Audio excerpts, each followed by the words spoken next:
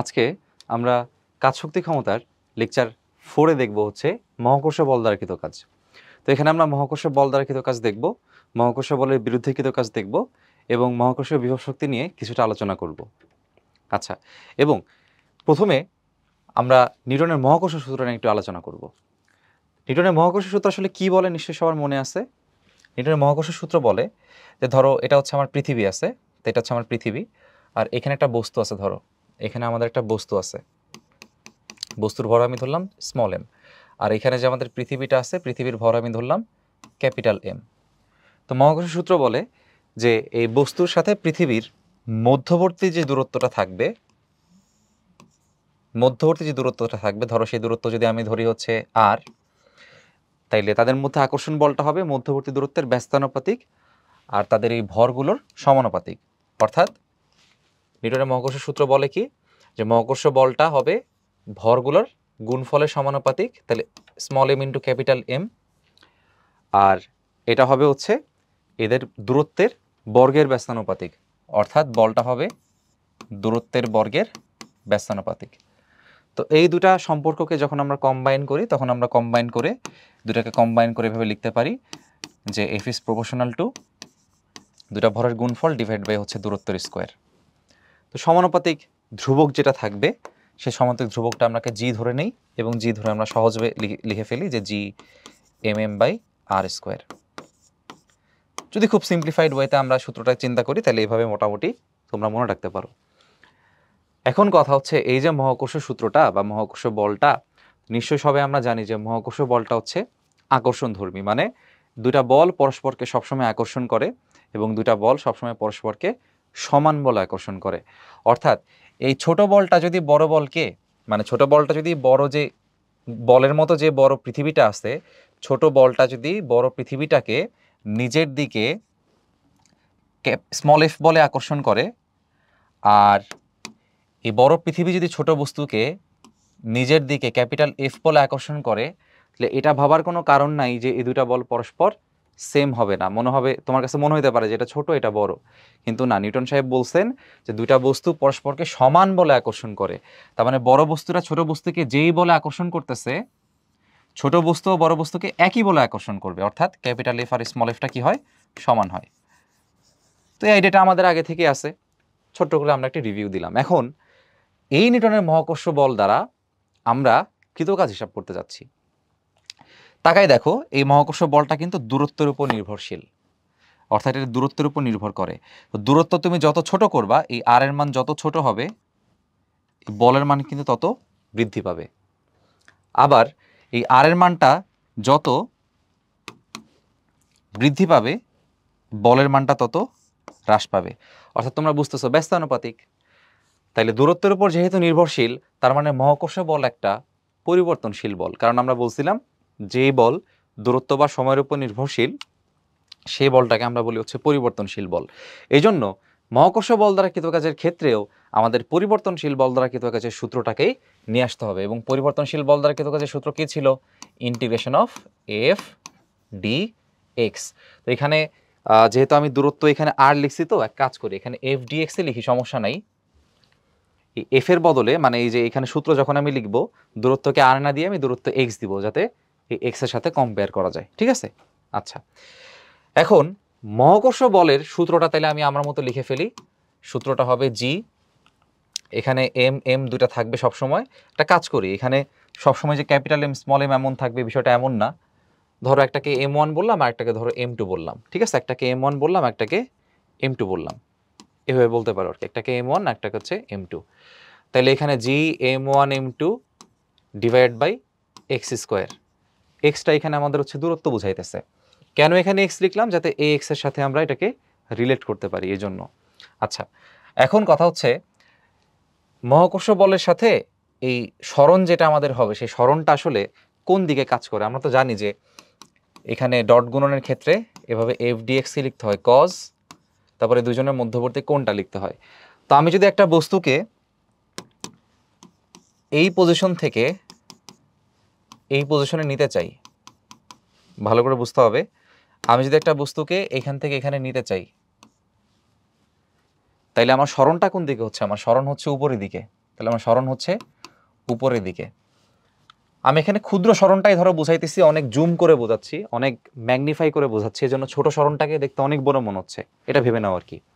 মানে মেন কথা সরণের ডিরেকশন হচ্ছে উপরের দিকে, নট নেসেসারিলি এখানে সরণের দিক ছোট সরণই হওয়া লাগবে। আমি ধরলাম এখানে সরণটা হচ্ছে আমার উপরের দিকে।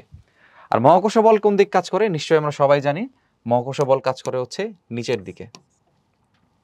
তাহলে যেহেতু মহাকর্ষ বল নিচের দিকে কাজ করে আর সরণ বিপরীত দিকে কাজ করতেছে, তাহলে মধ্যবর্তী কোণ হবে 180 ডিগ্রি, কারণ বিপরীত। আচ্ছা, এখন মহাকর্ষ বলের সূত্র কি বলো? মহাকর্ষ বলের সূত্র হচ্ছে Gm1m2 x²। এখানে dx আছে, আর আগে একটা মাইনাস বসবে কারণ cos 180 ডিগ্রি। এখন ধরো বস্তুটাকে আমি এখান থেকে এইখানে নিছি, এই জিনিসটা একটু মনোযোগ দিয়ে শুনবা যেটা এখন বলি। বস্তু আগে ছিল এখানে, তাহলে তার ইনিশিয়াল ডিস্টেন্স, আর বস্তুকে পরে নিছে এইখানে, তাহলে এটা তার ফাইনাল ডিস্টেন্স। একটা বিষয় খেয়াল করো, ইনিশিয়াল হোক বা ফাইনাল হোক সবসময় সেটা কেন্দ্র থেকে হিসাব করা হচ্ছে। তার মানে এখানে একটু লিখে রাখতে হবে যে এক্স ইনিশিয়াল হোক বা এক্স ফাইনাল হোক, মানে যাবতীয় দূরত্বের হিসাব সবসময় করতে হবে কেন্দ্রের সাপেক্ষে। যাবতীয় দূরত্বের হিসাব করতে হবে কেন্দ্রের সাপেক্ষে। বুঝতে পারছি? তাহলে বস্তু কেন্দ্রের মানে বস্তু পৃষ্ঠে থাক না থাক ম্যাটার করে না, বস্তু যে কোনো জায়গা থেকে যে কোনো জায়গায় নিলে দূরত্বের হিসাব করতে হবে কেন্দ্র থেকে। আগে সে কেন্দ্র থেকে এত দূরত্বে ছিল, পরে সে কেন্দ্র থেকে এত দূরত্বে সরে গেছে। That's the concept. আচ্ছা, এখন দেখো তাহলে এখানে আমরা লিমিটটা বসাই, তাহলে ইনিশিয়াল থেকে সে ফাইনালে চলে গেছে, তাহলে এখানে এটা হবে ইনিশিয়াল থেকে সে ফাইনালে চলে গেছে। এখন এখানে ধ্রুবককে আর চলককে আমি বলছিলাম প্রথম লেকচারে, এটা বলছিলাম যে ছোট ডি এর সাথে যা থাকবে সে হচ্ছে চলক, শুধুমাত্র সেই চলবে। তাহলে এখানে এক্স বাদে বাকি সবাই হচ্ছে ধ্রুবক, মানে Gm1 m2 সবাই বাইরে।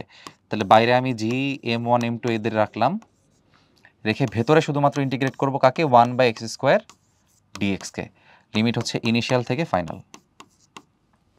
ঠিক আছে, এবার 1/x² dx এটা ইন্টিগ্রেট করলে আসলে কি হয়? এটা ইন্টিগ্রেট করলে -1/x আসে। কিভাবে আমি দেখাই দিচ্ছি। এটাকে আমরা লিখতে পারবো -Gm1 m2 ইন্টিগ্রেশন। দেখো এই x, এই যে 1/x2, এই 1/x² কে আমরা লিখতে পারি এইভাবে, x ইনভার্স 2 লিখতে পারি। ঠিক আছে, আমি একটু তোমাদের ভেঙে দেখাই, ওখানে একবারে করে ফেলবো, এখানে আর জায়গা নষ্ট করব না। এই 1/x² কে আমরা কি লিখতে পারি? 1/x² কে আমি লিখতে পারি x ইনভার্স 2। হোপফুলি সবাই এটা বুঝছি। আর ইন্টিগ্রেশনের ক্ষেত্রে কি করতে হয়? পাওয়ার 1 বৃদ্ধি পায়, মানে -2 এর সাথে 1 যোগ হবে, আর নিচে এই সংখ্যাটাই আবার ভাগ থাকে, তাই না? তাহলে দেখো x ইনভার্স 1 উপরে আর নিচে -1, তো x ইনভার্স 1 মানে 1/x, আর এখানে একটা মাইনাস আছে, তার মানে এটাকে কি লেখা যাবে? এটাকে লেখা যাবে -1/x, অর্থাৎ টোটালটার ইন্টিগ্রেশন হবে -1/x। তাহলে আমি এখানে আর জায়গা নষ্ট না করে একবারে লিখে দিলাম, টোটালটার ইন্টিগ্রেশন হবে -1/x, -1/x, লিমিট হচ্ছে ইনিশিয়াল থেকে ফাইনাল। এবার একটা কাজ করব, এই মাইনাসে মাইনাস গুণ করলে কি হবে? প্লাস হবে, সেই কাজটাই করতেছি। তাহলে Gm1 m2 এটা যেহেতু প্লাস হয়ে গেছে, তাহলে আমি এখন ফাইনাল থেকে ইনিশিয়াল বাদ দিতে পারবো, তার মানে এটা হবে x final minus x initial. So this is the final equation actually, যে মহাকর্ষ বল দ্বারা কৃত কাজ। যদি এখানে WFG দিয়ে দেই, FG মানে গ্র্যাভিটেশনাল ফোর্স বোঝাচ্ছে, ধরে নাও সব জায়গায় FG দিয়ে দেই, গ্র্যাভিটেশনাল ফোর্স। তাহলে সেই গ্র্যাভিটেশনাল ফোর্সের জন্য কতটুকু কাজ আসলে করা হয়েছে, work done by gravitational force, সেটা হচ্ছে আমাদের Gm1 m2 1/x final minus 1/x initial. Final কোনটা? স্প্রিং এর ক্ষেত্রেও কিন্তু একই রকম হিসাব ছিল। ফাইনাল হচ্ছে বোঝায় শেষ অবস্থান, আর ইনিশিয়াল কি বোঝায়? আদি অবস্থান। এবং শেষ অবস্থান আদি অবস্থান সব হিসাব করতে হবে কই থেকে? কেন্দ্রের সাপেক্ষে হিসাব করতে হবে। ক্লিয়ার? তাহলে 1/x final minus 1/x initial. এবার আসবো মহাকর্ষ বলের বিরুদ্ধেকৃত কাজ। আচ্ছা, তাহলে বিরুদ্ধেকৃত কাজ এটা এমনি বোঝা যায় আসলে কিভাবে হবে, কেন? দেখো এখানে একটা বস্তু রাখা আছে, সেই বস্তুকে তুমি এখানে যদি নিতে চাও, তো এটাই স্বাভাবিক যে মহাকর্ষ বল সবসময় তোমাকে কোন দিকে টানতেছে? নিচের দিকে টানতেছে। আর তোমার যদি এই বস্তুটাকে এখান থেকে এখানে নিতে হয়, অবশ্যই মহাকর্ষ বলের বিরুদ্ধেই কাজ করতে হবে, কারণ মহাকর্ষ কখনোই চায় না তুমি এখান থেকে এখানে নাও, মহাকর্ষ কি চাই? নিজের দিকে টানে। তুমি এখান থেকে এখানে বস্তুকে নিতে গেলে অবশ্যই তোমাকে মহাকর্ষের বিরুদ্ধে বল প্রয়োগ করতে হবে। সেই বলটাকে আমি ধরলাম এজেন্টের বল, এফ এজেন্ট। ওই যে বিরুদ্ধে কাজ, এজেন্টের কাজ, বাহ্যিক বল দ্বারা কাজ, একই কথা বলছিলাম আগে স্প্রিংয়ে, ওই সেম আলোচনা। আর বস্তু এখান থেকে এখানে সরে গেছে, তার মানে বস্তুর সরণের ডিরেকশনও কোন দিকে বলো তো? উপরের দিকে। তাহলে বল সরণের দুইটা ডিরেকশনই এখানে কিন্তু উপরের দিকে। তাহলে কৃত কাজ কি হবে বলো? Integration of F agent vector dot dx.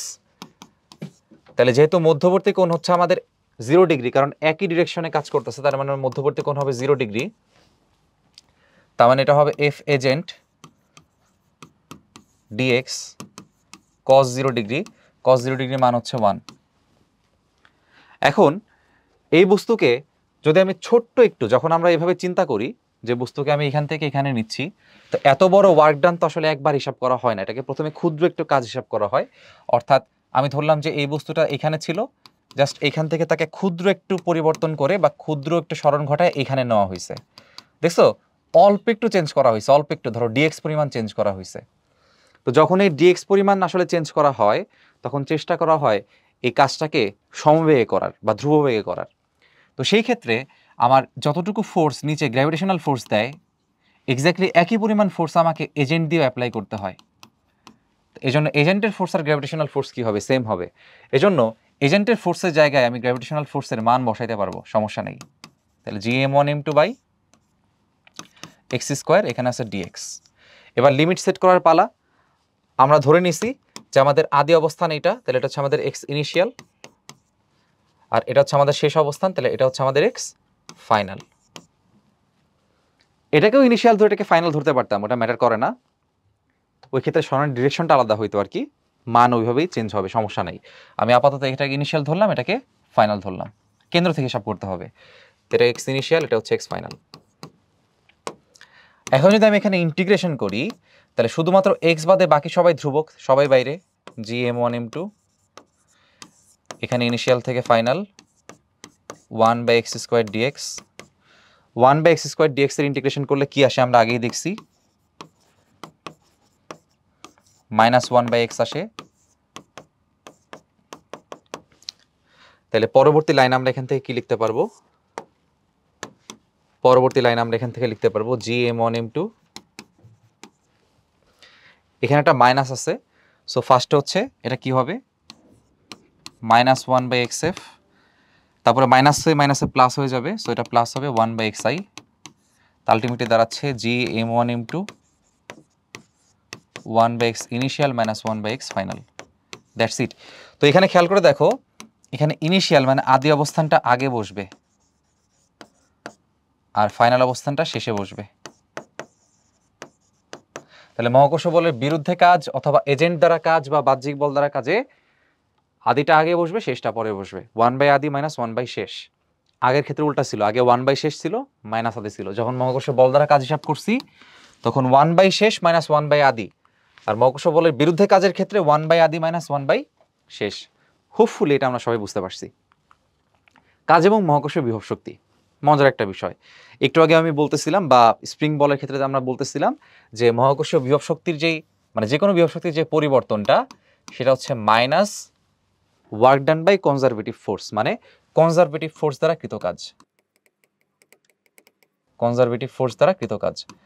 এবং কনজারভেটিভ ফোর্সের এক্সাম্পল হিসেবে কি বলছিলাম? স্প্রিং বল বলছিলাম। কনজারভেটিভ ফোর্সের আরেকটা এক্সাম্পল হচ্ছে মহাকর্ষ বল। এভাবে তড়িৎ চৌম্বক বল হতে পারে। তো এখানে মহাকর্ষের চ্যাপ্টারে আসি, তাহলে এখানে আমি মহাকর্ষ বল লিখলাম, এই যে মহাকর্ষ বল। তো মহাকর্ষ বল দ্বারা কৃত কাজের ইকুয়েশনটা যদি আমি এখানে আবার লিখি, যদি এখানে একটু লিখি, সেটা হবে -gm1m2 1/x final -1/x initial, that is মাইনাসটা যদি এখানে গুণ করে দেই সেটা হবে gm1m2 1/x initial -1/x final. তো ইনিশিয়াল আগে চলে আসে কখন? যখন আমরা বাহ্যিক বল দ্বারা বা বিরুদ্ধে কৃত কাজ হিসাব করি বা এজেন্ট দ্বারা কৃত কাজ হিসাব করি। এই যে দেখো ইনিশিয়ালটা আগে চলে আসছে। ইনিশিয়ালটা আগে চলে আসা মানে এটা হচ্ছে ওয়ার্ক ডান বাই এজেন্ট। এজন্য বাহ্যিক বল দ্বারা যতটুকু কাজ হয় অতটুকুই হচ্ছে, তো এটাকেও মনে রাখতে পারো, এটাকেও মনে রাখতে পারো, ঠিক আছে, অতটুকুই হচ্ছে মহাকর্ষীয় বিভব শক্তির পরিবর্তনের জন্য দায়ী, ঠিক আছে। আচ্ছা, তাহলে মহাকর্ষীয় বিভব শক্তির পরিবর্তনটা কে করে? বাহ্যিক বল দ্বারা কিন্তু কাজটা আসলে করে। এখন এই জিনিসটা আরেকটু ডিপে গিয়ে আমরা একটু শেখার চেষ্টা করব, ঠিক আছে। এখন মহাকর্ষীয় বিভব শক্তির ক্ষেত্রে কিছু মিসকনসেপশন আছে, যেটা আমি চ্যাপ্টারের লাস্টে তোমাদের ক্লিয়ার করব। আপাতত সহজে বোঝার জন্য কিছু জিনিসপত্র তোমাদের আমি বলি। প্রথম কথা, এই বিভব শক্তির যে মানটা, এই বিভব শক্তির মানটার নির্দিষ্ট বিন্দুতে কোনো মান বের করা যায় না, শুধুমাত্র পরিবর্তন বের করা যায়। নির্দিষ্ট বিন্দুতে বের করতে গেলে ধরে নিতে হয় যে আমি ধরি এই বিন্দুর বিভব শক্তির মান হচ্ছে এত, ঠিক আছে। আচ্ছা, এখন কথা হচ্ছে, যদি আমি মহাকর্ষীয় বিভব শক্তিটা বুঝাইতে চাই, তাহলে আমি ধরলাম যে আমার একটা পৃথিবী এখানে আছে, আমি ধরলাম যে এখানে আমার পৃথিবী আছে, তাহলে পৃথিবীর এই বিন্দুতে আমি হচ্ছে বস্তুটাকে আনলাম, এই বিন্দুতে বস্তুটাকে আমি নিয়ে আসলাম। তো এই বিন্দুতে বস্তুটাকে আমি কই থেকে আনছি? ধরো অসীম থেকে আনছি, কোথাও না কোথাও থেকে কিন্তু আনতে হবে। এখানে দেখতেছো বিন্দু দুইটা, একটা ইনিশিয়াল, একটা হচ্ছে ফাইনাল। তো বিন্দু কিন্তু কোথাও না কোথাও থেকে তোমাকে ওকে আনতে হবে। তা আমি ধরে নিলাম যে আমি ওটাকে অসীম থেকে আনবো। অসীম থেকে কেন বলতেছি? অসীম থেকে আনার সুবিধা হচ্ছে অসীমে সব কিছু আসলে শূন্য, অসীমে বিভব শক্তির মানটা শূন্য ধরা যায়, ঠিক আছে। আর শূন্য সাপেক্ষে কম্পেয়ার করা সহজ, আগেই বলছিলাম, যেমন 10 - 0 হচ্ছে 10, 5 - 0 হচ্ছে 5, ঠিক আছে। এই জন্য শূন্য সাপেক্ষে হিসাব করে মজা আছে, ওই জিনিসটাই পাওয়া যায়। এই জন্য অসীমে যেহেতু সেটা শূন্য, এই জন্য অসীমের সাপেক্ষে হিসাব করব। তো আমি ধরলাম যে এই বস্তুটা আগে ছিল অসীমে, এই যে এখানে এই বস্তুটা আগে ছিল অসীমে, তাহলে আগে ছিল এই বস্তুটা অসীমে, তার মানে এক্স ইনিশিয়াল ছিল হচ্ছে ইনফিনিটি, ঠিক আছে। তো ইনফিনিটি আসলে মাপা যায় না, ইনফিনিটি মাপা যায় না, এই জন্য আমরা এখানে ইনফিনিটি জাস্ট লিখে রাখলাম এখানে। আর বস্তুটা ফাইনালি কোথায় আসছে? এইখানে আসছে। তো দূরত্ব কই থেকে হিসাব করতে হয়? সবসময় কেন্দ্র থেকে। তাহলে ফাইনাল ডিস্টেন্সটা কত বলো? ফাইনাল ডিস্টেন্স হচ্ছে এই ব্যাসার্ধের সমান, এই ব্যাসার্ধের সমান। তাহলে বস্তুকে যদি আমি এখান থেকে এখানে নিয়ে আসি, তাহলে বিভব শক্তির পরিবর্তন কতটুকু? চলো আমরা একটু বের করে দেখি। তাহলে আমরা একটু দেখছিলাম যে বিভব শক্তির পরিবর্তনটা হচ্ছে ওয়ার্ক ডান বাই এজেন্ট, এই যে এজেন্ট, এবং এজেন্টের কৃত কাজটা আসলে কত? Gm1m2 1/x initial minus 1/x final. তাহলে এখানে আমার বিভব শক্তির পরিবর্তনটা কতটুকু হচ্ছে দেখো। এই বস্তুর ভর আমি ধরে নিলাম স্মল এম, এই বিন্দুর বস্তু এই বস্তুর ভর আমি ধরে নিলাম, আচ্ছা এটা ধরলাম m1, এটা ধরলাম m2, ঠিক আছে। এখন Gm1m2 এখানে লিখলাম, ইনিশিয়ালে সে ছিল ইনফিনিটিতে, ফাইনালে সে আসছে ব্যাসার্ধে। তার মানে বিভব শক্তির যে পরিবর্তনটা, বিভব শক্তির যে পরিবর্তনটা সেটা আসলে কত হবে দেখো। তাহলে আগে এখানে একটু পরে বলি এই লাইনটা, এটা আগে বলি। তাহলে দেখো Gm1m2 1/∞ হচ্ছে 0 - 1/r, তাহলে এখানে এটা আলটিমেটলি কি থাকতেছে? Something equals to -Gm1m2 / r, তাই তো। এখন কথা হচ্ছে এই পার্টটা আমি লিখতেছি না কেন? বিভব শক্তির পরিবর্তনের পার্টটা আমি কেন লিখতেছি না? দেখো ভাইয়া, এইখানে এই বিন্দুতে নিশ্চিতভাবে একটা বিভব শক্তি আছে। এই বিন্দুর নাম আমি ধরো দিলাম হচ্ছে, এই বিন্দুর নাম আমি দিলাম হচ্ছে ধরো পি বিন্দু, আর এটা ছিল কোথায়? ইনফিনিটিতে ছিল, ঠিক আছে। তাহলে এইখান থেকে এখানে যখন সে আসছে, তার কিন্তু বিভব শক্তি চেঞ্জ হয়েছে। বিভব শক্তি কি চেঞ্জ হয়েছে? তাহলে এখানকার বিভব শক্তি আমি ধরলাম ইউ ইনফিনিটি, আর এখানকার বিভব শক্তি আমি ধরলাম ইউপি, ঠিক আছে। দুইটা বিভব শক্তি আমরা এখানে ধরলাম। তাহলে আমি যেহেতু এইখান থেকে এখানে আসছি, তাহলে বিভব শক্তির চেঞ্জটা আসলে কেমন হয়েছে? বিভব শক্তির পরিবর্তন হয়েছে ইউপি মাইনাস ইউ ইনফিনিটি। এখন আমরা জানি ইউ ইনফিনিটি আসলে কত? 0। এই জন্য আমরা এক্স্যাক্টলি ওই পি বিন্দুর বিভব শক্তির মান বলতে পারবো কত? -Gm1m2 বাই হচ্ছে আর, মানে ডিস্টেন্সটা, ঠিক আছে, মানে হচ্ছে ডিস্টেন্সটা। এই জন্য কোনো একটা বিন্দুর এভাবে দেখো, এই যে কোনো পি বিন্দুর বিভব শক্তি আমি এখানে লিখছি, কোনো বিন্দুর বিভব শক্তি যদি মানে তুমি যদি ডিফাইন করতে চাও, তাহলে তাকে কি করতে হয়? নর্মালি তাকে অসীমের সাপেক্ষে হচ্ছে বিভব শক্তিটাকে ডিফাইন করে দিতে হয়। অসীমের সাপেক্ষে বিভব শক্তিকে ডিফাইন করতে হয়। তো এখানে আমি সেই কাজটাই করছি, অসীমের সাপেক্ষে ডিফাইন করছি, কারণ অসীম হচ্ছে 0, কোনো কিছু থেকে 0কে বাদ দিলে সেই জিনিসটাই থাকে। ওই টেকনিকটা আমি এখানে অ্যাপ্লাই করছি। আচ্ছা, তো এটা আমাদের কাজে লাগবে, ঠিক আছে, এটা আমাদের কাজে লাগবে, এই জিনিসটা আমাদের কাজে লাগবে। আমি আবারও বলি কিভাবে হিসাব করছি বা কিভাবে অ্যাপ্লাই করবা এটা। যে ধরো এরকম একটা পৃথিবী আছে, পৃথিবীর ভর হচ্ছে ধরো ক্যাপিটাল M, আর এখানে ধরো একটা বস্তু আছে, এই বস্তু হচ্ছে ধরো স্মল m। তো পৃথিবী থেকে এই বস্তুর দূরত্ব হচ্ছে ধরে নাও x। তাহলে এই দুজনের মধ্যে এই সিস্টেমে বিভব শক্তির মান হবে হচ্ছে মাইনাস, এই যে দেখো একটা মাইনাস দিতে হয়, জি দিয়ে দুইটা বস্তুর ভর লিখতে হয়, মানে capital M small m divide by কি করতে হয়, দুজনের ডিস্টেন্স x। ঠিক আছে, এইভাবে করে হিসাব করতে হবে। তাহলে এটা কি কেন করছে, কারণ এই বস্তুর ভর ছিল হচ্ছে m2, এই বস্তুর ভর ছিল m1, এই জন্য m1 m2 মধ্যবর্তী ডিস্টেন্স কত, কেন্দ্র থেকে কেন্দ্র, আর এই জন্য এখানে আর লিখছে। তা আশা করি বুঝতে পারছি আমরা কিভাবে বিভব শক্তির কনসেপ্টটা আমরা জেনারেট করছি। এখন প্রথমে নর্মাল কিছু অঙ্ক দেখবো, একদম লাস্টে গিয়ে আমরা সেই ভুল ধারণা সম্পর্কে কিছুটা আইডিয়া লাভ করার চেষ্টা করব। আচ্ছা, তো প্রথমে এই প্রশ্নটা আমরা একটু দেখি যে 1 মিটার উঁচু টেবিলের উপর অবস্থিত 100 গ্রাম ভরের একটি বইকে 30 সেন্টিমিটার দূরে সরানো হলো, তাহলে বইটির স্থৈতিক শক্তির পরিবর্তন আসলে কত? তাহলে আমরা চিন্তা করতে পারি যে আমাদের কাছে একটা টেবিল আছে, হ্যাঁ, ধরো না আমাদের কাছে একটা টেবিল আছে, ধরো না একটা টেবিল আমাদের কাছে আছে, এরকম একটা টেবিল আমাদের কাছে আছে। এখন টেবিলের একটা জায়গা থেকে আরেকটা জায়গায় আমি বইটাকে সরাই ফেলছি। তাহলে টেবিলের এখানে ধরো বইটা ছিল, এখান থেকে বইটাকে আমি এখানে সরাই ফেলছি। তাহলে বইয়ের সরণটা আসলে কোথায় হয়েছে, দেখো এই বরাবর হয়েছে। কিন্তু একটা বিষয় খেয়াল করো, বিভব শক্তির যে হিসাবটা, বিভব শক্তির কনসেপ্টে আমরা কিন্তু সবসময় কি করি, এই কেন্দ্র থেকে উচ্চতার হিসাবটা করি। এখানে দূরত্ব মানেই কিন্তু আসলে উচ্চতাটাই মিন করতেছে। তাহলে এখানে আমরা আসলে উচ্চতাটা মিন করি, ঠিক আছে। তাইলে আমি যদি এখানে একটা চিন্তা করি যে এরকম হচ্ছে আমার একটা সারফেস আছে, এখানে এরকম একটা সারফেস আছে, তাহলে এই সারফেসের সাপেক্ষে আমার এই বিন্দুর যে উচ্চতাটা আর এই বইয়ের যে উচ্চতাটা, সেই উচ্চতা কিন্তু সেম, উচ্চতা দুটোরই সেম। যেহেতু উচ্চতা সেম, তাহলে এই বস্তুকে, এই বইটাকে এখান থেকে এখানে সরায় নিলে আমার স্থৈতিক শক্তি অথবা বিভব শক্তির কোনো পরিবর্তন হবে না। এটা কি স্থৈতিক শক্তিও বলা যেতে পারে, বিভব শক্তিও বলা যেতে পারে। তাহলে বিভব শক্তির পরিবর্তন আমরা জানি, বিভব শক্তির পরিবর্তন হচ্ছে ওয়ার্ক ডান বাই কি, ওয়ার্ক ডান বাই এজেন্ট অথবা minus work done by conservative force. এই যে এটার কথা বলতেছি, minus work done by conservative force মানে গ্র্যাভিটেশনাল ফোর্স, মানে মহাকর্ষ বল দ্বারা কৃত কাজ নেগেটিভ, অথবা এজেন্ট দ্বারা কৃত কাজ। তো যেটাই হোক না কেন, যেটাই এখানে হোক না কেন, আমি যদি এখানে সেই সূত্রটা লিখি, যে আমার সূত্র হচ্ছে কত, জি ধরলাম হচ্ছে আমার পৃথিবীর সাপেক্ষে এটা চিন্তা করতেছি, পৃথিবীর সাপেক্ষে চিন্তা করতেছি, তাহলে পৃথিবী হচ্ছে ক্যাপিটাল এম আর এই বস্তুর ভরটা হচ্ছে স্মল এম, স্মল এম। তাহলে 1/x initial minus 1 by final. তাহলে খেয়াল করো, যদি পৃথিবীর কেন্দ্র থেকে চিন্তা করো, তাহলে এটার যা দূরত্ব এটারও তাই দূরত্ব, মানে আগেও তার দূরত্ব যত আছে পরেও তার দূরত্ব একই আছে। বিষয়টা এমন যে আমি যদি পৃথিবীর কেন্দ্র থেকে চিন্তা করি, ধরো বইটা ছিল এইখানে, এত উপরে না, ধরো বইটা ছিল এইখানে, তো এখান থেকে এখানে সরাই নিছি, তো কেন্দ্র থেকে উচ্চতা তো আমার সেমই আছে। এজন্য ইনিশিয়াল উচ্চতা আর ফাইনাল উচ্চতা কি বলতো, একই। ইনিশিয়াল আর ফাইনাল এখানে একই, তার মানে ইনিশিয়ালও যেই কথা ফাইনালও সেই কথা।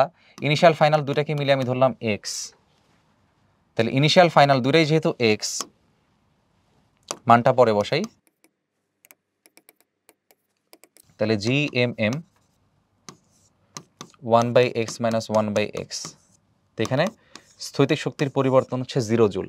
আর যদি কেউ একবারে করতে চাও, যদি এক লাইনে করতে চাও, সেটাও করা যায়। বিকল্প মেথড হচ্ছে সহজ, যেমন এখানে উচ্চতার কোনো চেঞ্জ হয় না, উচ্চতা চেঞ্জ না হইলে স্থৈতিক শক্তির পরিবর্তন এইভাবে করা যায়, mgh। এখানে h কিন্তু উচ্চতা বোঝায় না, এখানে h বোঝায় হচ্ছে উচ্চতার পরিবর্তন অথবা উল্লম্ব সরণ, উচ্চতার পরিবর্তন অথবা উল্লম্ব সরণ বোঝায়, ভার্টিক্যাল ডিসপ্লেসমেন্ট বোঝায়। তো এখানে তো h এর কোনো পরিবর্তন হয় নাই, h একই রকম আছে, এইচ কি আছে? একই রকম আছে। তার মানে এই উল্লম্ব সরণ এখানে হবে হচ্ছে সরণ, কিন্তু সরণ মানে কি একটা থেকে আরেকটার পার্থক্য। তাহলে এখানে যে দূরত্বটা আর এখানে যে দূরত্বটা, এই উচ্চতা থেকে আরেকটা উচ্চতা বাদ দিলে কি থাকবে? 0 থাকবে। তার মানে এখানে উল্লম্ব সরণ আসলে 0, এই জন্য বিভব শক্তির পরিবর্তন হয় নাই। ঠিক আছে, আশা করি এই প্রবলেমটা আমরা বুঝতে পারছি। এবার দেখো 10 কেজি ভরের কোনো বস্তুকে পৃথিবীর ভূপৃষ্ঠ থেকে 50 মিটার উচ্চতায় তুলতে কৃত কাজ কত? তাহলে উচ্চতাটা কত আছে এখানে? 50 মিটার। ঠিক আছে, তো 50 মিটার উচ্চতা বলতে আসলে কি বোঝায়? এটা কিন্তু খুবই নেগলিজিবল একটা উচ্চতা। ধরো এরকম একটা বিষয় আছে, সে প্রথমে ছিল ভূপৃষ্ঠে, তাহলে এক্স ইনিশিয়াল হচ্ছে তোমার আর এরপরে কোথায় নেওয়া হয়েছে তাকে? 50 মিটার উচ্চতা, তার মানে তাকে এতটুকু উচ্চতায় নেওয়া হয়েছে এইচ। তাহলে ফাইনাল তার উচ্চতাটা কত হইলো? ফাইনাল ডিস্টেন্সটা কত হইলো? ফাইনাল ডিস্টেন্স হইলো আর প্লাস এইচ। এতটুকু হচ্ছে আর, এতটুকু এইচ, তাহলে আর প্লাস এইচ। এখন এইখানে যখন উচ্চতা কম দেখবা, লাইক 50 মিটার 100 মিটার যখন এরকম দেখবা, বা 10-20 মিটার দেখবা, তখন আসলে এই আর প্লাস এইচকে তখন আর এর মতো চিন্তা করা যায় আর কি, এবং সেই ক্ষেত্রে সূত্রগুলো একটু ছোট হয়ে যায়। সূত্রগুলো কিভাবে ছোট হয় সেটা তোমাদের আমি একটু দেখাই দিই। দেখো, ইনিশিয়াল বুঝলাম, ফাইনাল বুঝলাম, পৃথিবীর ভর ধরলাম ক্যাপিটাল এম, আর বস্তুর ভর ধরলাম স্মল এম। তাহলে প্রথমে ম্যাথটা একটু করি। কৃত কাজ কত চাইছে, তো কোন বল দ্বারা বলে নাই, তাহলে আমরা ধরবো এটা হচ্ছে এজেন্ট দ্বারা বা বাহ্যিক বল দ্বারা। তাহলে বাহ্যিক বলের ক্ষেত্রে ইকুয়েশন কেমন ছিল? G M M 1/x initial minus 1/x final. এখন দেখো ইনিশিয়ালটা এখানে কত আছে? আর আছে, আর এই যে ফাইনাল যেটা দেখতে পাচ্ছ সেটা হচ্ছে আর প্লাস এইচ। ফাইনালটা দেখতে পাচ্ছ আর প্লাস এইচ। আমি মান বসাবো না, আগে সূত্রটা রেডি করে দিই, তারপর তোমরা জাস্ট মান বসাই দিও। তাহলে এবার খেয়াল করো, আমি যদি লসাগু করি তাহলে নিচে থাকবে r into r plus h, উপরে থাকবে r plus h minus r r বাদ যাবে, এখানে থাকবে G M M h divide by R into r plus h. So কেউ যদি মনে রাখতে চাও যে আমি একবারে আর একটা সূত্র মনে রাখতে চাই কৃতকাজের, সে চাইলে এটা মনে রাখতে পারে। আমি রিকমেন্ড করি না, এতগুলো সূত্র মনে রাখার কোনো দরকার নাই, এটা মনে রাখলেই তো হয়, এগুলো মনে রাখার দরকার নেই, না রাখলেও হয়। কারণ ক্যালকুলেটর দিয়ে আমরা সলভ করব, খামোখাই এখানে এনে কোনো লাভ নেই, কষ্ট করে লাভ নেই। এখন এটা আনার একটা কারণ আছে, কারণ হচ্ছে এই এইচ এর মানটা যখন খুব ছোট হয়, 10 মিটার 20 মিটার যখন এরকম হয়, তখন একটা সূত্রটাকে ছোট করা যায়। কীভাবে ছোট করা যায় দেখো, এইচ যদি ছোট হয়, এইচ যদি ছোট হয়, একটু উপরের দিকে লিখি, ধরো আর এর থেকে অনেক অনেক ছোট, 10 মিটার 20 মিটার, আর আমরা জানি পৃথিবীর ব্যাসার্ধ হচ্ছে 6400 কিলোমিটার, আর এইচ ধরলাম মাত্র 10-20 মিটার, তাহলে কি পার্থক্য হয় কোনো, বা খুব একটা বড় হয় না, তখন উচ্চতাটাকে নেগলেক্ট করা যায়। তাহলে এটা যদি হয়, এটা হলে এই আর প্লাস এইচ এর মানটাকে, যেহেতু এইচ এর মান অনেক ছোট, যেন এইচ কারের সাথে যোগ করা হোক না হোক, এটা আসলে কোনো আসে যায় না। মানে সমুদ্রের মধ্যে 1 ফোঁটা পানি দিলে বা 1 বোতল পানি ঢেলে দিলে সমুদ্রের পানির যেমন চেঞ্জ হয় না, ওইরকম আর কি, ওর সাথে এই যোগ করলেও যা না করলেও তা, সে আর এর মতোই থাকে। তাইলে এখন এই জিনিসটা যদি আমি এখানে অ্যাপ্লাই করি, তাহলে আমি লিখতে পারবো G M M H divided by R into R. আগে একটা জিনিস দেখাইছিলাম তোমাদের আগের স্লাইডে, যে জিএম এর বদলে আমরা জি আর স্কোয়ার লিখতে পারি। তাহলে এখানেও জিএম এর বদলে আমি জি আর স্কোয়ার লিখতে চাই, আর বাদ বাকি জিনিসগুলোকে আগের মতো রেখে দিই, এম এইচ আর স্কোয়ার। এখন দেখো আর স্কোয়ার বাদ, শুধুমাত্র এখানে থাকছে এম জি এইচ। মজার বিষয়, তাই না? মজার বিষয়। তার মানে উচ্চতার মান খুব ছোট যখন হবে, উচ্চতার মান খুব ছোট হলে তখন কৃতকাজের মানটাকে এমজিএইচ দিয়ে লেখা যাবে। কৃতকাজের মানটাকে তখন এমজিএইচ দিয়ে লেখা যাবে। বাট শর্ত কখন? শর্তটা হচ্ছে এইটা, এই শর্ত ছাড়া হবে না। তো এখানে কিন্তু শর্ত প্রযোজ্য, মনে রাখতে হবে, এখানে শর্ত প্রযোজ্য, সবসময় হবে না। কি শর্ত? এইচ এর মানটা অনেক অনেক ছোট হতে হবে, এইচ এর মানটা অনেক অনেক ছোট হতে হবে। খুশি হওয়ার কিছু নাই যে ঠিক আছে এই সূত্র বাদ ভাই, আজকে থেকে এটা দিয়ে করবো না, খুশি হওয়া যাবে না, এটার জন্য শর্ত প্রযোজ্য, ঠিক আছে? বাট এটার জন্য কোনো শর্ত প্রযোজ্য না, এটা সবসময় অ্যাপ্লিকেবল। তাহলে যেহেতু এখানে এই ম্যাথটা 50 মিটার উচ্চতায় তুলতে বলছে, তাহলে এখানে এত কষ্ট করে লাভ নাই, এইচ এর মান খুব ছোট, তাহলে আমি একবারে এক লাইনে ম্যাথ করে ফেলতে পারি। তাহলে কৃতকাজ কি হবে বলো? কৃতকাজ হবে mgh, এই যে কারণ এখানে আমি মানটা পাইছি। তাহলে এম হচ্ছে কত 10, জি এর মান 9.8, এইচ এর মান হচ্ছে 50 মিটার, ঠিক আছে? তাহলে এখানে কত আসতেছে 49 490 4900 4900 জুল, ঠিক আছে? হোপফুলি বুঝছি। এবার দেখো বিভব শক্তির পরিবর্তন কত। আমরা জানি যে বিভব শক্তির যে পরিবর্তন সেটা হচ্ছে এজেন্ট দ্বারা কৃত কাজের সমান, সেটা হচ্ছে এজেন্ট দ্বারা কৃত কাজের সমান। তো এজেন্ট দ্বারা কৃত কাজ যেহেতু 4900, তার মানে বিভব শক্তির পরিবর্তনটাও কত হবে 4900 জুলই হবে। আশা করি বুঝছি। আর এই জিনিসটা মনে রেখো, আবারও কাজে লাগবে। 10 কেজি ভরের বস্তুকে ভূপৃষ্ঠ থেকে পৃথিবীর ব্যাসার্ধের সমান উচ্চতায় তুলতে কৃত কাজ কত। এখন পৃথিবীর ব্যাসার্ধের সমান উচ্চতা মানে কি এইচ এর মান এবার আর এর সমান, ব্যাসার্ধের সমান। তাহলে এবার তুমি বলো, এবার কি তুমি চিন্তা করতে পারবা যে এইচ এর মানটা আর থেকে অনেক অনেক ছোট, এবার খাটবে? খাটবে না। তাহলে এবার কি কৃতকাজের মান mgh হবে? mgh হবে না। কেন হবে না? কারণ এটা শুধুমাত্র তখনই হয় যখন এইচ এর মান আর এর থেকে অনেক অনেক ছোট হয়। তাহলে এবার আর এই সূত্র খাটবে না, ঠিক আছে? এজন্য দেখতে হবে উচ্চতাটা কেমন বলছে, বড় নাকি ছোট, ঠিক আছে? ছোট হলে এটা ইউজ করতে পারো, কিন্তু কেউ যদি চাও যে না ভাই আমি ছোট হোক বড় হোক আমি এটা দিয়েই ম্যাথ করব, you are very very welcome. এটা দিয়ে ম্যাথ করলে কোথাও কোনো রকম ভুল হওয়ার কোনো চান্স নাই। আচ্ছা, তাহলে এটা আমরা একটা সলভ করে ফেলি। এখানে কৃতকাজ চাইছে, কৃতকাজ কত হবে? যেহেতু কোন বল দ্বারা কৃতকাজ বলে নাই, তাহলে আমরা ধরে নিব মহাকর্ষ বলের বিরুদ্ধে কৃতকাজ, মানে এজেন্টের কৃতকাজ। তাহলে এজেন্টের কৃতকাজের সূত্র কি? G M M 1/x initial minus final. এখন ইনিশিয়াল কোনটা আর ফাইনাল কোনটা একটু বুঝতে হবে। তো এখানে ভূপৃষ্ঠ থেকে তাকে ব্যাসার্ধের সমান উচ্চতায় নিতে হবে। তাহলে সে প্রথমে ছিল ভূপৃষ্ঠে, তাহলে ইনিশিয়ালটা হচ্ছে আর এর সমান, ইনিশিয়ালটা হচ্ছে আর এর সমান। আর এরপর তাকে নিচে ব্যাসার্ধের সমান উচ্চতা, মানে এরকম একটা উচ্চতা নিচে, যে উচ্চতার মানটাও আর। তাহলে এখন ফাইনাল ডিস্টেন্সটা কই থেকে হিসাব করতে হয় আমরা জানি, কেন্দ্র থেকে হিসাব করতে হয়। তাহলে এক্স ফাইনালটা এবার হবে হচ্ছে এ একটার 2 মিলে 2r। তাহলে আমরা জানি এক্স ইনিশিয়াল থেকে ফাইনাল বাদ দিতে হয়। তাহলে G M m 1/r minus 1/2r, G M m 2r, এখানে 2 - 1। জিএম এর বদলে যে আগের মতো আমরা কাজ করতেছি আর কি, জিএম এর বদলে আমরা জিআর স্কোয়ার লিখতে পারি। এখানে এম আছে, এখানে 1/2r আছে, এই আরটা এখানে একটা স্কোয়ারকে কেটে দিবে, তো এটা হবে mgr/2। বইয়ে দেখবা অসংখ্য প্রশ্ন আছে যে এইভাবে এমসিকিউ রেখে দেয়, বইয়েও আছে, ঠিক আছে? এখন এম এর মান বসাই দাও, অ্যান্সার চলে আসবে। সব কিছুর মান বসাই দিলে অ্যান্সার চলে আসবে। তাইলে এম এর মান হচ্ছে আমাদের কত 10, জি হচ্ছে 9.8, আর এর মান 6.4 × 10⁶, নিচে আছে 2, এটা কাটলে 5 আসবে। তাহলে অ্যান্সার কত আসে? উপরে হচ্ছে 49 হবে গুণ করলে, অ্যান্সার আসবে 3.136 × 10⁸ জুল। তাহলে কৃতকাজের মান আমরা পেয়ে গেছি এত জুল।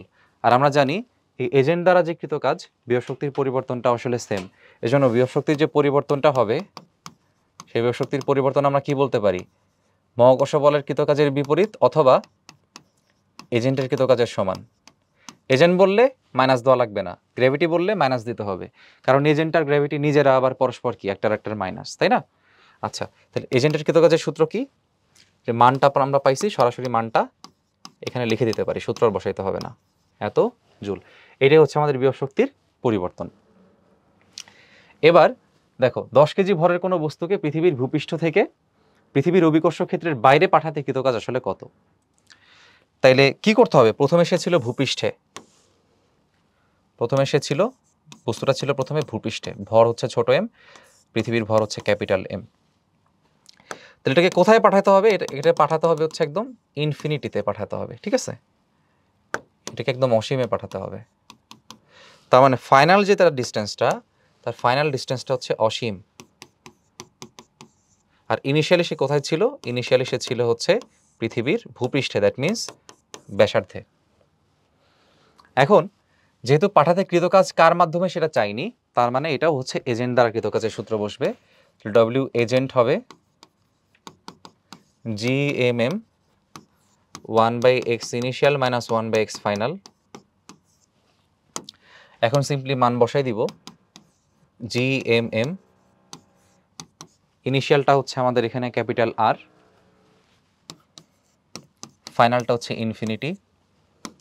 এবার ওই যে সেম কাজ করব অঙ্ক ছোট করার জন্য, GM এর বদলে GR² বসাইলাম, এখানে 1/r মাইনাস 1/ইনফিনিটি ভ্যালু 0, তো এখানে লিখতে পারবো mgr² ডিভাইড বাই আর, কাটাকাটি করলে এটা হবে mgr, মান বসালেই অ্যান্সার চলে আসবে। তাহলে এখানে মান হচ্ছে 10 ইন্টু জি এর মান 9.8, আর এর মান 6.4 ইন্টু 10⁶। তাহলে আমাদের অ্যান্সার কত আসতেছে,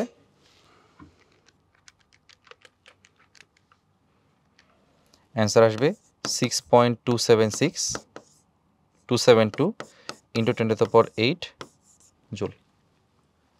আশা করি বুঝতে পারছি কিভাবে আমরা ভূপৃষ্ঠ থেকে 10 কেজি ভরের কোনো বস্তুকে অভিকর্ষ ক্ষেত্রের বাইরে পাঠিয়ে দিতে পারবো।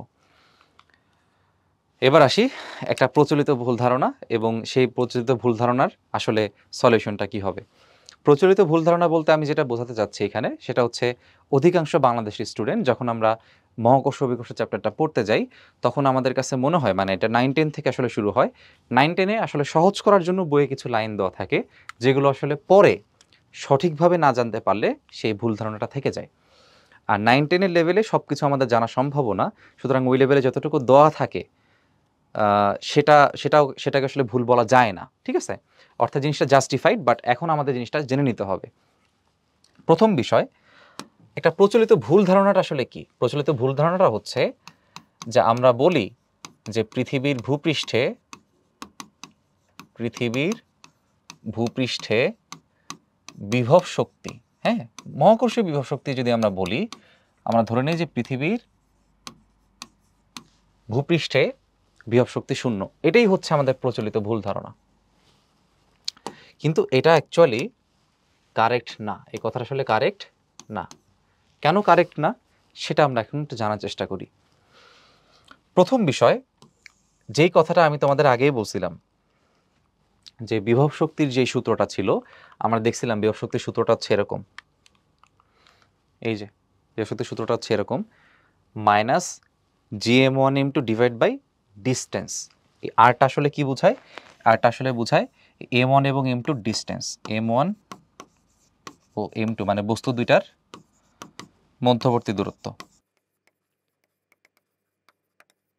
এখানেও সেম দেখো, এই বস্তু আর এই বস্তু দুজনের মধ্যবর্তী দূরত্ব x, তাহলে মাইনাস GMM বাই x, ঠিক আছে।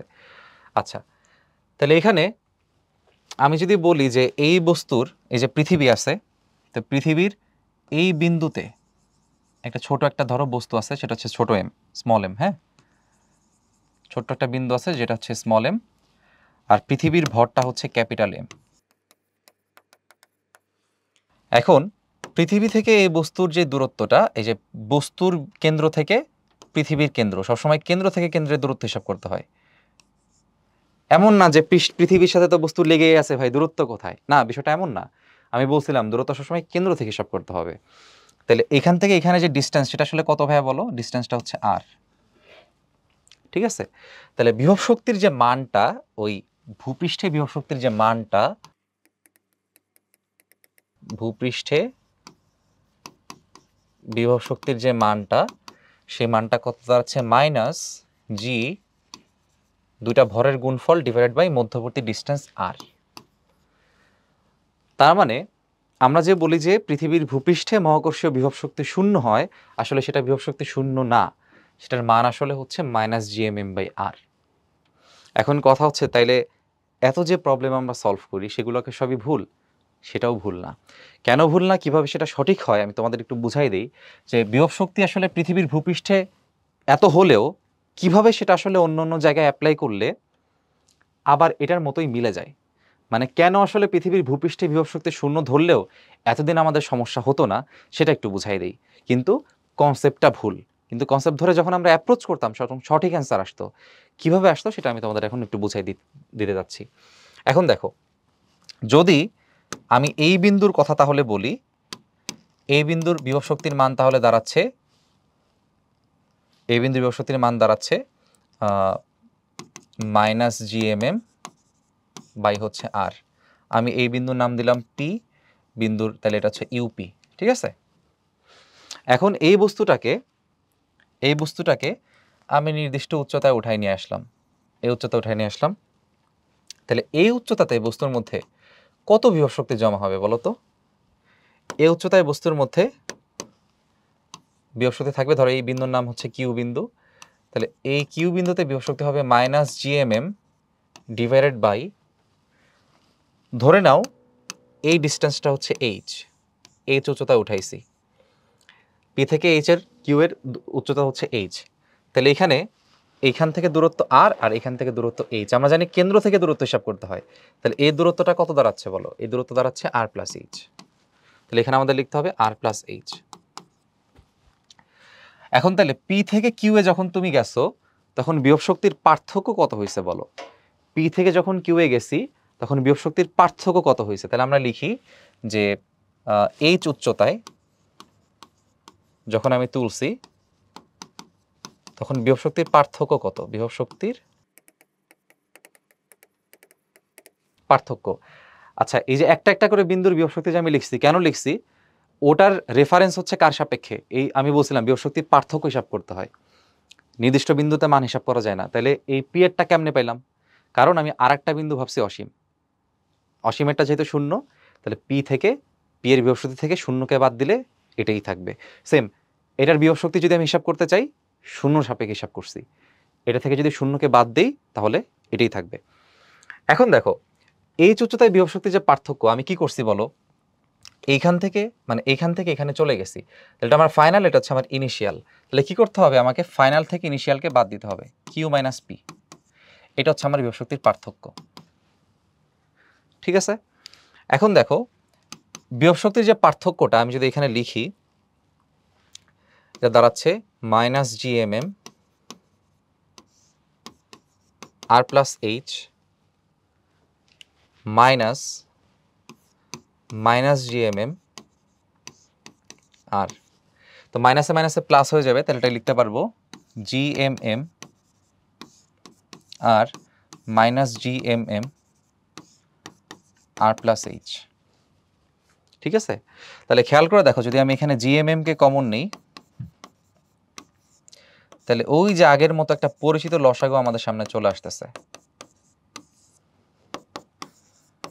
এখানে gmm, এখানে r × r+h, উপরে থাকবে r+h - r, r এবং r বাদ গিয়ে শুধু h থাকবে। তো আলটিমেটলি বিভব শক্তির পার্থক্যটা কত থাকতেছে? gmmh r × r+h, এটা হচ্ছে বিভব শক্তির পার্থক্য থাকতেছে, ওই যে এজেন্ট দ্বারা কৃতকাজের মতোই। তবে যদি এই উচ্চতার মানটাকে আমরা খুবই নগণ্য ধরে নেই, উচ্চতার মান নগণ্য না হলে সবসময় বিভব শক্তির পরিবর্তনটা আমাকে এজেন্ট দ্বারা কৃতকাজের সূত্র দিয়ে সলভ করতে হবে, মানে 1/x final minus 1/x initial, এটা অলওয়েজ। কিন্তু উচ্চতা ছোট হলে কিন্তু আমরা একটা স্কেপ শিখেছিলাম, যেটা অল্প সময়ে আমরা ম্যাথ সলভ করতে পারি। তো এইচ এর মান যখন খুব ছোট হয়, এটা হলে আমরা তখন দেখছিলাম যে এইচ এর মান খুব ছোট হলে এই r+hটা আসলে কার সমান হয়? r এর সমানই হয়ে যায়। আর আমরা আগেই বলছিলাম যে ছোট্ট যে ক্যাপিটাল জিএমটা আছে, এই ক্যাপিটাল জিএম এর বদলে আমরা স্মল জি আর স্কোয়ার লিখতে পারি, কারণ জি সমান জিএম বাই আর স্কোয়ার। তাহলে এখান থেকে জিএম সমান জিআর স্কোয়ার লিখাই যায়, এটা আমরা লিখব। তাহলে জিএম এর বদলে আমরা লিখলাম জিআর স্কোয়ার, আর আর প্লাস এইচ এর বদলে আমরা লিখবো হচ্ছে আর। আলটিমেটলি আর আর কাটা যাবে, আর স্কোয়ার কাটা যাবে, তার বিভব শক্তির পরিবর্তন দাঁড়াচ্ছে কত, এমজিএইচ। তার মানে যে এমজিএইচ কে যে সবসময় আমরা বিভব শক্তি বলি, এটা আসলে বিভব শক্তি না, এটা হচ্ছে বিভব শক্তির পরিবর্তন। নোট ডাউন করে রাখো, এই যে এমজিএইচ যেটাকে আমরা বলি, এটা আসলে বিভব শক্তি না, এটা হচ্ছে বিভব শক্তির পরিবর্তন। আর এইচ এর পরিচয়টা দেখো, এইচ মানে কিন্তু উচ্চতা না, এইচ মানে বোঝায় এই যে এই জায়গা থেকে সে এখানে উঠছে, মানে উল্লম্ব বরাবর কতটুকু উঠছে, যেন এইচ হচ্ছে এখানে উল্লম্ব সরণ, এইচ হচ্ছে এখানে উল্লম্ব সরণ বা ভার্টিক্যাল ডিসপ্লেসমেন্ট, এইচ হচ্ছে এখানে উল্লম্ব সরণ অথবা ভার্টিক্যাল ডিসপ্লেসমেন্ট। ঠিক আছে, এতটুকু প্রথমে নোট ডাউন করা শেষ করো। এখন কথা হচ্ছে এই এই যে উচ্চতার পার্থক্যটা, এটা তো আমি বুঝলাম পি থেকে কিউ এর জন্য আমি হিসাব করছি, ঠিক আছে, এবং এই পার্থক্যটা কেমন আসছে, পজিটিভ আসছে। তাহলে আমি পরবর্তী পেজে তোমাদের একটু দেখাই। দেখো, তাইলে আমার এখানে কি বিন্দু ছিল বলো, পি বিন্দু ছিল, এটা আমাদের কিউ বিন্দু ছিল। তো যখন আমি পি থেকে কিউ এর দিকে গেছি, তখন আমি দেখলাম যে আমাদের পার্থক্য যেটা ছিল, পার্থক্যটা পজিটিভ এমজিএইচ আসছিল। আর আমরা এখানে কনসিডার করছিলাম যে এইচ এর যে মানটা সেটা আর এর থেকে অনেক অনেক ছোট, জাস্ট এটা বোঝানোর জন্য আর কি, আমরা ধরছিলাম এইচ এর মানটা আর এর থেকে অনেক অনেক ছোট। এখন দেখো খেয়াল করে, এই যে কোনো পার্থক্য ধনাত্মক মানে সেই জিনিসটা বৃদ্ধি পায়। আজকে থেকে কালকে যদি আমার টাকার পার্থক্য 100 টাকা হয়, পজিটিভ 100 হয়, দ্যাট মিনস আজকে থেকে কালকে আমার 100 টাকা বৃদ্ধি পাইছে। আর এই পার্থক্যটা কিন্তু হ্রাসও বোঝায়। আজকে থেকে কালকে যদি আমার টাকার পার্থক্য -100 টাকা হয়, তার মানে কালকে আমার 100 টাকা হ্রাস পাইছে। সুতরাং পার্থক্য ধনাত্মক মানে বৃদ্ধি পাওয়া। তাইলে পি থেকে কিউ এর দিকে গেলে এই বিভব পার্থক্যটা কি পায়, বৃদ্ধি পায়। তাহলে আমি একটু লিখে রাখি, পি থেকে কিউ এর দিকে গেলে বিভব পার্থক্যটা বৃদ্ধি পায়। তাহলে কিউ থেকে পি এর দিকে গেলে কি হবে, যাদের মাথায় বুদ্ধি আছে চিন্তা করো, কিউ থেকে পি এর দিকে গেলে অবশ্যই হ্রাস হবে। যে ভাই বুদ্ধির কি আছে, তো এমনি বোঝা যায়। আচ্ছা, যাই হোক, এখন তাইলে তুমি একটু ভাবো, এই ডেল্টা ইউকে আমরা কি বলছিলাম, পি আর কিউ এর মধ্যে পার্থক্য। এখন প্লাস এমজিএইচ হচ্ছে আমাদের পার্থক্যটা, তাহলে পি থেকে কিউ এর দিকে গেলে এতটুকু চেঞ্জ হয়। এখন আমি যদি বলি যে দেখো ভাইয়া, এই বিন্দুতে তোমার বিভব শক্তির মানটা হচ্ছে আজকে থেকে, দেখো এই বিন্দুতে বিভব শক্তির মান কিন্তু 0 ছিল না, কিন্তু -gmm/r ছিল। কিন্তু আজকে আমি তোমারে বললাম যে দেখো ভাই, অত কিছু বুঝি না, বিভব শক্তি পৃষ্ঠে হইতেছে 0। ঠিক আছে, ধরে নিছো আর কি, এটা জাস্ট ধরে নিছো। তারপরে যদি আমি বলি যে এইখানকার বিভব শক্তির মান হচ্ছে এমজিএইচ, আমাকে কিন্তু কেউ ভুল বলতে পারবে না পৃথিবীতে। কেন বলতে পারবে না? তার মূল কারণ হচ্ছে এই যে পিতে ছিল 0, তো পি থেকে কিউ এর দিকে গেলে বিভব শক্তি কি পায়, যে বৃদ্ধি পায়। তো কতটুকু বৃদ্ধি পাবে, এমজিএইচ বৃদ্ধি পাবে। এই জন্য কিউ বিন্দুতে এমজিএইচ হয়ে গেছে, যে 0-র সাথে এমজিএইচ যোগ হলে কত থাকে, এমজিএইচই থাকে। এই জন্য এইচ উচ্চতায় ওঠার পরে সবসময় আমরা যখন বিভব শক্তি এমজিএইচ বলতাম আর ভূপৃষ্ঠকে 0 ধরতাম, তখন আমাদের অঙ্কগুলো কখনো ভুল হইতো না।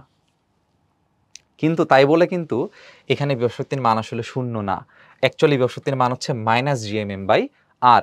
তবে এই জিনিসটাকে ধরে নিলেও আসলে আমাদের অঙ্কে কোনো সমস্যা খুব একটা হয় না। তো এই জিনিসটাই তোমাদের কাছে আমি ক্লিয়ার করলাম, আশা করি বুঝছি। এবার একটু বুদ্ধির প্রশ্ন। দেখো বুদ্ধির প্রশ্নটা কেমন, আমি তোমাকে বললাম যে দেখো আজকে আমার মুড চেঞ্জ হয়ে গেছে, আমি আজকে বললাম যে এই কিউ এর বিভব শক্তি হচ্ছে ভাই 0, এটা মনে করো কেস 1 ছিল, যেটা সব সময় বেশি মানুষ করে। এবার আমরা কেস 2 চিন্তা করব। আমি ধরে নিলাম এই বিন্দুতে আমার বিভব শক্তির মানটা হচ্ছে 0। তাহলে আমাকে বলো, কিউ থেকে পি এর দিকে আসলে বিভব শক্তি কি পায়, হ্রাস পায়। কতটুকু হ্রাস পাবে, অবশ্যই এমজিএইচ হ্রাস পাবে। কিউ থেকে পি এর দিকে আসলে হ্রাস পায়, তাহলে কতটুকু হ্রাস পাবে, এমজিএইচ হ্রাস পাবে। তাহলে কিউ এই পি বিন্দুতে 0 থেকে এমজিএইচ হ্রাস পেয়ে কতটুকু বিভব শক্তি থাকে বলো তো, -mgh থাকে, -mgh থাকে। দেখছো, তার মানে ভূপৃষ্ঠে বিভব শক্তির মান কিন্তু মাইনাসও হইতে পারে। ঠিক আছে, ওকে। তা আশা করি জিনিসটা বুঝছো কিভাবে আসলে বিভব শক্তির এই চিন্তা ভাবনাগুলো করা হচ্ছে। তাহলে কাকে 0 ধরতেছো সেটা খুব বেশি ইম্পর্টেন্ট। ওকে, এবার একটা মজার একটা প্রশ্ন তোমাদের আমি একটু দেখাই। ধরে নাও বিষয়টা এমন, একটা সিঁড়ি আছে, তো এই একটা প্রশ্ন দেখাইলে মোটামুটি আইডিয়াটা অনেকটা ক্লিয়ার হবে। ধরো সিঁড়িতে এইখানে একটা বল রাখা আছে, প্রত্যেক সিঁড়ির উচ্চতা এইচ, এটা একটা এইচ, এটা একটা এইচ, এটা এইচ, এটা এইচ, এটা এইচ, এটা এইচ। এখন এখানে মনে করো এ বিন্দু আছে, এখানে এ বিন্দু আর এখানে বি বিন্দু। প্রশ্ন হচ্ছে যদি আমি এই বিন্দুর বিভব শক্তিকে শূন্য ধরি, যদি আমি এই বিন্দুর বিভব শক্তিকে শূন্য ধরি, এটা ধরো আমি তোমাকে বলে দিছি প্রশ্নে, তো এই বিন্দুর বিভব শক্তিকে শূন্য ধরলে এই বিন্দুর বিভব শক্তি কত হবে আর বি বিন্দুর বিভব শক্তি কত হবে? নিজের একটু চিন্তা করো, চিন্তা করে অ্যান্সার দাও। দেখো ভাই, উচ্চতা বৃদ্ধি পেলে বিভব শক্তি বৃদ্ধি পায়, এটা সবসময় সত্যি মনে রাখবা। আর উচ্চতা হ্রাস পেলে বিভব শক্তি হ্রাস পায় আর গতিশক্তি বৃদ্ধি পায়। আর উচ্চতা বৃদ্ধি পেলে বিভব শক্তি বৃদ্ধি পায়, গতিশক্তি হ্রাস পায়। আবারও বলি, উচ্চতা বৃদ্ধি পেলে সবসময় বিভব শক্তি বৃদ্ধি পাবে, আর উচ্চতা হ্রাস পেলে সবসময় বিভব শক্তি হ্রাস পাবে। তাহলে এখানে খেয়াল করো, এটা যদি 0 হয় তাহলে এই বিন্দু থেকে এই বিন্দুতে তুমি যখন চিন্তা করবা, এই বিন্দুর কথা যখন চিন্তা করবা, এই বিন্দুতে যদি এই বলটা থাকতো তখন তুমি আসলে কতটুকু নিচে নামা লাগছে দেখো। এই একটা এইচ, এই একটা এইচ, এই একটা এইচ, তিনটা এইচ। তুমি কিন্তু নিচের দিকে নামছো, আর নিচে নামলে বিভব শক্তি হ্রাস পায়। তাহলে ও শূন্য হইলে শূন্য থেকে হ্রাস পেয়ে এই বিভব শক্তি হবে মাইনাস mg। কয়টা এইচ? একটা, দুইটা, তিনটা। কয়টা এইচ? তিনটা। তাহলে মাইনাস mg ইন্টু 3h, সেটা হবে মাইনাস 3mgh। আর বি বিন্দুতে যদি এই বলটা থাকতো, সেই ক্ষেত্রে যেহেতু এটাকে আমি শূন্য ধরছি, তাহলে এখানে যদি আমি উঠতাম, তাহলে এখানে একটা এইচ, এখানে আর একটা এইচ। ঠিক আছে, এই যে দেখো এখানে একটা এইচ, এখানে আর একটা এইচ। তাহলে এই যেহেতু উপর দিকে উঠতেছে, তাহলে বিভব শক্তি কী পাবে? বৃদ্ধি পাবে। উপর দিকে উঠলে বিভব শক্তি যদি বৃদ্ধি পায়, 0 থেকে বিভব শক্তি বৃদ্ধি পেয়ে কত হবে? mg into 2h। শুধুমাত্র উল্লম্ব সরণ নিতে হয়, এটা হবে প্লাস 2mgh। বুঝতে পারছো? সো এইভাবে বিভব শক্তির হিসাবটা করা যায়। যদি আমি ধরতাম যে এটা হচ্ছে শূন্য, সেই ক্ষেত্রে কিন্তু বি এর বিভব শক্তি এটা হতো না। এই জন্য শূন্য কাকে ধরা হচ্ছে, that is very very important. আশা করি আমরা এই কনসেপ্টগুলো খুব সুন্দরভাবে বুঝতে পারছি। তো এটাই ছিল হচ্ছে আমাদের মহাকর্ষ বল দ্বারা কৃত কাজ এবং বিভব শক্তি রিলেটেড আলোচনা। বিভব শক্তির অন্যান্য আলোচনা যেগুলো থাকবে সেগুলো আমরা সংরক্ষণশীল বল আলোচনার শেষে শুরু করব। তোমাদের জন্য শুভকামনা থাকলো, আবারও দেখা হবে।